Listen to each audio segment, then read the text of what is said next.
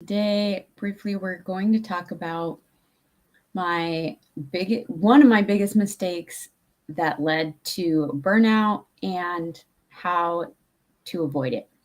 Okay. So this goes back to my first year teaching, and my first year teaching, I was completely overwhelmed, understandably, right? So I think this works with any type of job or profession, or even like if you're a new mom or you're a stay-at-home mom and you're trying to figure out new routines and new to-dos and all of that, all the things that come with those big transitions. And for me, I felt like I was constantly just playing the catch-up game. Like I couldn't do anything well because my plate was over. Like I had too many things on my plate that I was just like struggling with all of them.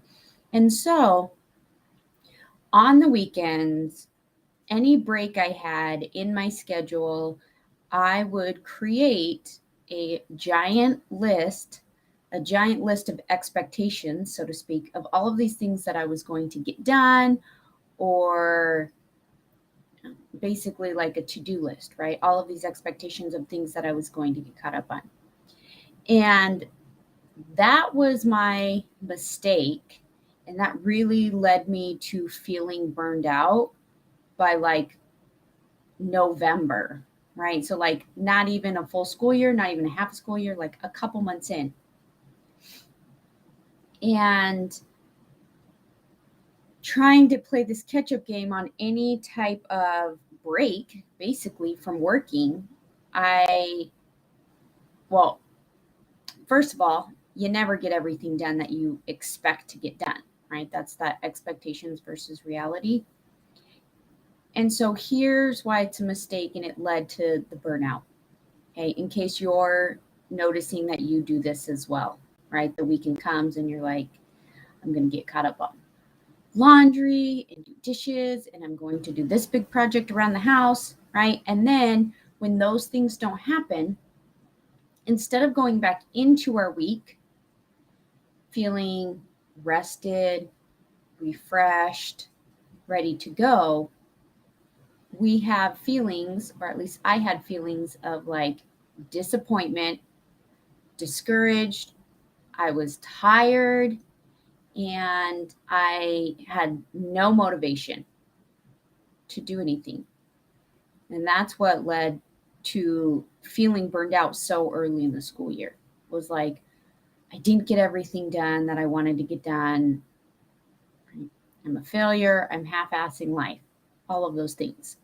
Okay. So that's the mistake that I don't want you to make, is to overload yourself with these to-do or chores expectations that are not realistic.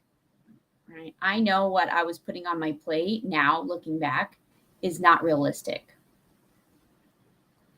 Okay. And that's my train of thought. I'm like, ah. Oh, and it's a practice, right? Like sometimes I start to feel myself doing that and I have to like stop and be like, are you overloading yourself? Are your expectations of what you're going to get done larger than the time you have to get them done?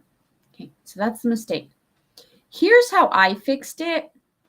And I continue to work on that, besides like those reflection questions that I just gave you of like, am I doing these things? Are my expectations too high?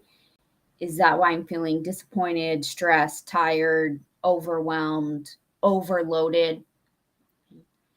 So the way I fixed it, and this was kind of like my next year teaching and as I gained experience, was to be more purposeful about what I was actually putting on my plate during a break from work.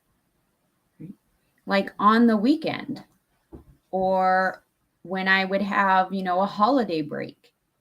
And instead of like putting all this stuff on my plate, like I think of like spring break, I would say, I'm not planning on getting any work things done. I'm not going to plan on that. Then what would happen if I was motivated and I did get a little bit done? Then I was like, oh yeah, look at me. I'm awesome. I got all that stuff done. Right? And it was the same for the weekend. Like, I'm not planning on getting anything done on the weekend, but if I happen to do something, then woohoo, go me. Right? And so that was kind of overloading yourself is the mistake I made, right? The expectation I was going to get all of these things done that was not realistic. And so if you're feeling that way, right, we can change our mindset by saying either I'm not going to get anything done, I'm not putting anything done, or keeping our list very, very minimal. Like, these are my top 3 things that I want to get done over the weekend. Okay, and if it's like a big project, then break that down even further. Right? Like, if you're like, "Oh, I'm only going to get done, painting my kitchen. That's the only thing I'm going to worry about getting done." That's still a pretty big project, and I would even break that down further, right? Like, I'm only going to worry about taping things off, right? Or moving things out of the way, preparing, right? And so that's what I would suggest for you if you are like starting to feel that buildup and those expectations of like, I want to get all this stuff done and I'm not, because our feelings change. Right? From disappointed, overwhelmed, stress to woohoo, look at me go. I'm awesome. Look at all that stuff I did that I wasn't even planning on it. All right.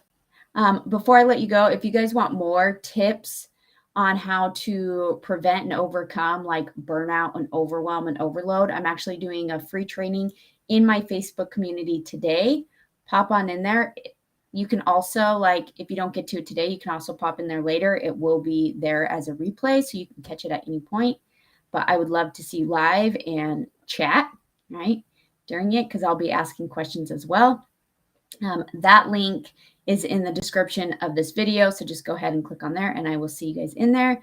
Otherwise, you have the best day, and I will see you next time.